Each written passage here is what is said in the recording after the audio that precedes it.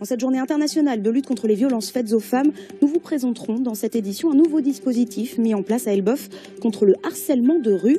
Son nom, Angela. Enfin, le dernier volet de notre feuilleton sur les villages aux noms insolites, nous vous emmènerons à Vieux, une commune aux vestiges antiques, résolument tournée vers l'avenir.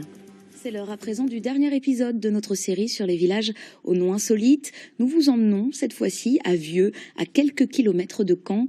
Christiane Lablancherie et Didier Meunier y ont rencontré le plus jeune des habitants de Vieux. Ils ont aussi visité pour nous son musée archéologique. Regardez.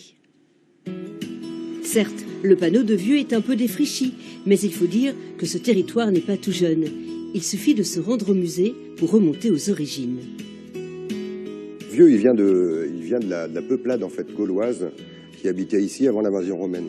Ici, vous êtes dans une ville capitale, ça s'appelait Areguénois, et c'était la capitale des Viducas. Le musée invite à découvrir la vie des habitants de la ville antique, au travers d'objets mis au jour lors de fouilles archéologiques. Le site s'étend sur 13 hectares, et on n'en finit pas d'exhumer des vestiges, comme la maison au Grand Péristyle, ou plus récemment ce lieu emblématique des cités romaines. Un forum, c'est vraiment la place centrale de la ville, hein, donc il y a de la vie partout. Et un bâtiment comme celui-ci, il est forcément très occupé par tout un tas de gens, d'administratifs et de magistrats, donc c'est un lieu qui vit en permanence. C'est sur l'ancienne voie romaine que se trouve le dernier commerce encore en activité dans le village.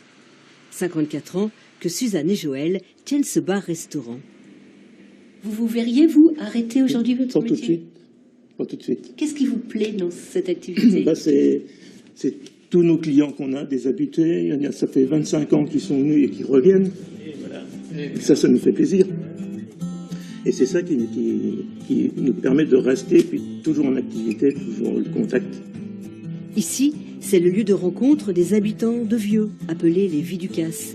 Et puis, il y a les touristes qui viennent pour le musée. Tu habites où, toi ?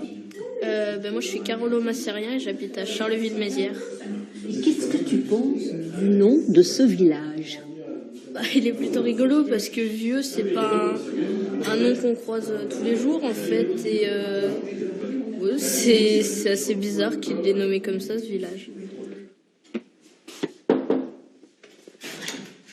Bonjour Maurice. Bonjour bonnes gens. Maurice Fichet, lui, c'est l'histoire de la langue normande qui le passionne. Cet auteur prolixe écrit et parle toujours sa langue maternelle. Figurez-vous que ma fille demeure au loin dans des triches rorzins. Oh, c'est rakachi de chez nous pour pas sauter le jour.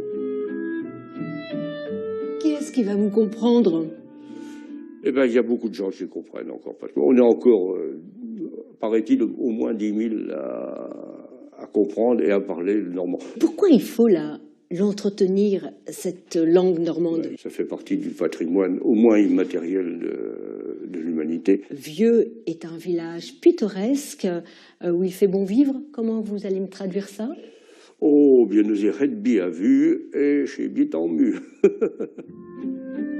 Dans la commune, la moyenne d'âge est comprise entre 45 et 48 ans et elle vient d'accueillir sa 697e habitante.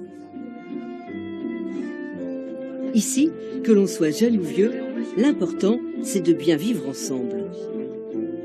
Par exemple, le repas des Viducas, la tradition, c'est le repas des aînés, en fait. Mais nous, la commune ne voit pas de cet œil-là, en fait. On préfère que ce soit fédérateur, un repas fédérateur, que toutes les générations, en fait, puissent se mélanger lors d'un repas comme celui-ci.